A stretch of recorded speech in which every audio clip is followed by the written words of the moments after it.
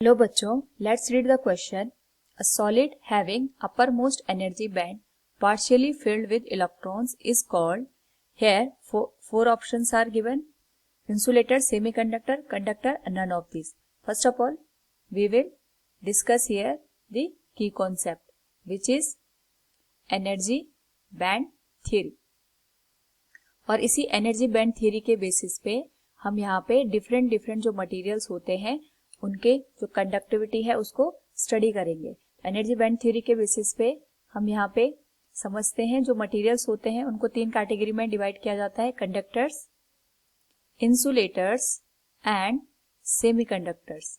तो यहाँ पे जो एनर्जी बैंड थ्योरी है ये हमें बताती है कि दो टाइप के एनर्जी बैंड होते हैं। One is conduction band and another one is valence band. जो वैलेंस बैंड होता है उसकी एनर्जी हमेशा कंडक्शन बैंड से कम होती है। तो अगर हम बात करें यहाँ पे कंडक्टर्स की, तो कंडक्टर्स में जो फ्री इलेक्ट्रॉन्स होते हैं वो बहुत ज्यादा अमाउंट में यहाँ पे अवेलेबल होते हैं। तो यहाँ पे जितने भी इलेक्ट्रॉन्स होते हैं एट ए रूम टेम्परेचर जो कि फ्री कंडीशन में होते हैं वो इजीली वैलेंस बैंड से कंडक्शन बैंड में मूव कर जाते हैं। और यहाँ पे हम एक तरीके से कह सकते हैं जो आउटर मोस्ट शेल के इलेक्ट्रॉन्स होते हैं वो एक दूसरे के साथ यहाँ पे बहुत ही लूजली बाउंडेड होते हैं। तो एट ए रूम टेम्परेचर जो इलेक्ट्रॉन्स होते हैं वो वैलेंस बैंड से कंडक्शन बैंड में चले जाते हैं। और यहाँ पे जो ये कंडक्शन बैंड होता है ये कंडक्टर के केस में पार्शियली फिल्ड होता है।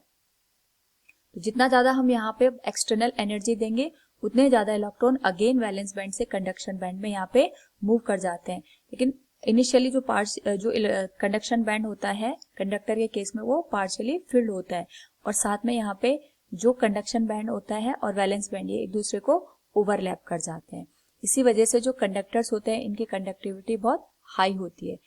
दूसरा, अगर हम बात करें इंसुलेटर के केस में, तो इंसुलेटर के केस में कंडक्शन बैंड और वैलेंस बैंड के बीच बहुत ज्यादा एनर्जी का डिफरेंस होता है, जिसकी वजह से यहाँ पे हमें एक्सटर्नल एनर्जी की रिक्वायरमेंट होती है वैलेंस बैंड से कंडक्शन बैंड में इलेक्ट्रॉन को ले जाने के लिए। तो यहाँ पे जो कंडक्शन बैंड होता है वो एम्प्टी होता है।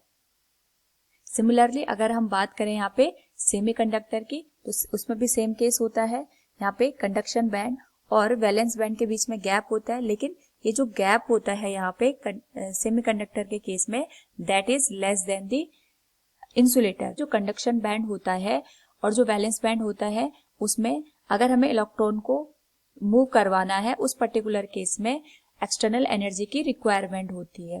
लेकिन यहाँ पे जो कंडक्शन बैंड होता है वो फिल्ड नहीं रहता है। So from the given question we can say a solid having uppermost energy band partially filled with electrons is called conductor. So from the given option C will be the correct answer. Hope all you understood it. Thank you and best of luck.